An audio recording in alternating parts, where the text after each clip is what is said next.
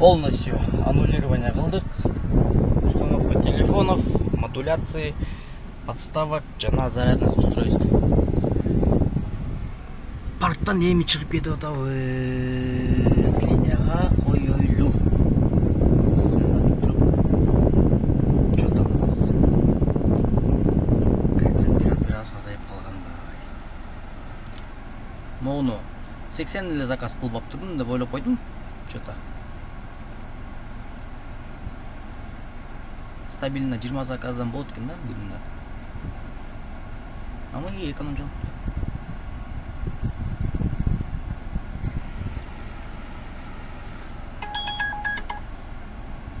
Кетти.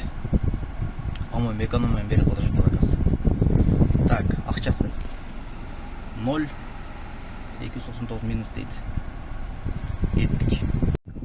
Бул экинчи заказ, жанагы заказ 100 сом менен болгон, экономияны кармалып туруп походу. Бул комфорт менен кетти. 16 мүнөттө 200 сом. Дальше. Цепочка менен иштедим. Сунун алдын тос коюп тур да. Сунун алдына келдим. Так.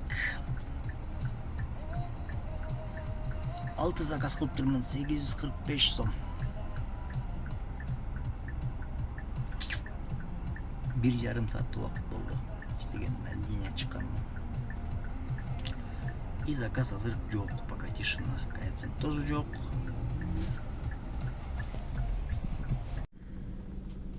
Ушинтип саат 2-ден 41 өтүп калды. Заказдап келип таштадым. 160 сом. Оплата картой.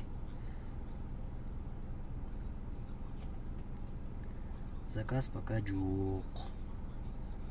Октябрьский район жакта жүрөм. Акча канча болду деген суроо болду. Мынакей 2138 сом. Болуптур иштеген акчам. Жамгыр жабай эле калат окшойт го чото бүгүн. А так спальный райондордун бири окшойт бул жер, походу. Короткий заказдардан эртең менен аябай көп берди. Короткий заказ, цепочка кылыпчы. Анан долгий поездкаларды берип баштады. Биринчи долгий поездка бергенде бул, по-моему, эме жакта жүргөн болчумун. Дордой жакта, по-моему, Нижний Аларчадачы.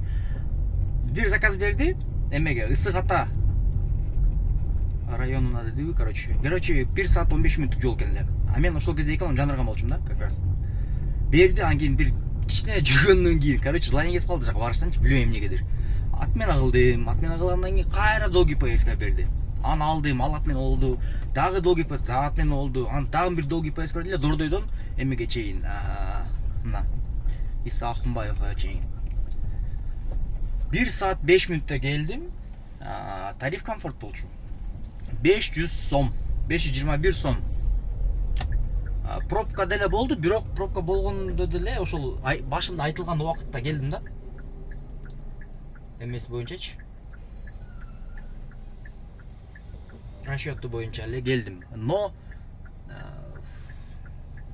эме капа болгон жерим, что долгий поездка албай эле короткий заказ деле кылган жакшыраак окшойт го деп ойлоп калдым да, чоточу.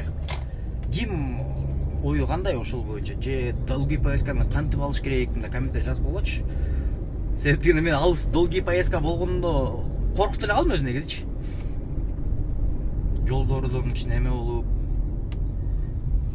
Атак волктор жазып койгочу оюңар кандай, чо там, не кылыш керек, долгий поездканы кандай кылыш керек деп. А то мен өткөндө эмеге Ак жол КППге барган бойдон долгий поездканы алып, чо-то коркуп калып, мен калдым да. Бирок онтенесем азыр деле бир долгий поездка алып алдым, 40 мүнөттүк экен булар деле, шаардын ичинде экен, Тимирязевага барат экен, азыр мактан алып туруп. Ошол пока что ошондой болуп атат. Саат уже 6 болуп калды. Жамгыр жаган жок, но погода пасмурная. Улантабыз. Аз, короче, могул жерден эме заправка кылдым да. Как раз туалети бар экен эле. Ай, жагып коюшту. Кирип чыксам өзү кичинекей кабинка экен да, блин.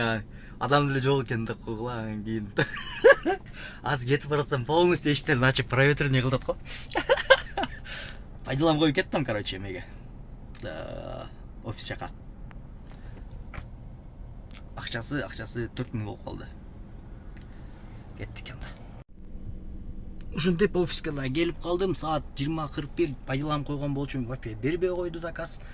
Пришлось өчүрүп келгени. Общий бүгүнкү күнгө 3929, грязными получается 4876 сом. Азыр чок чымоо, чоп ачом, 30% газ, маз дегендерди чыгып жазып коём.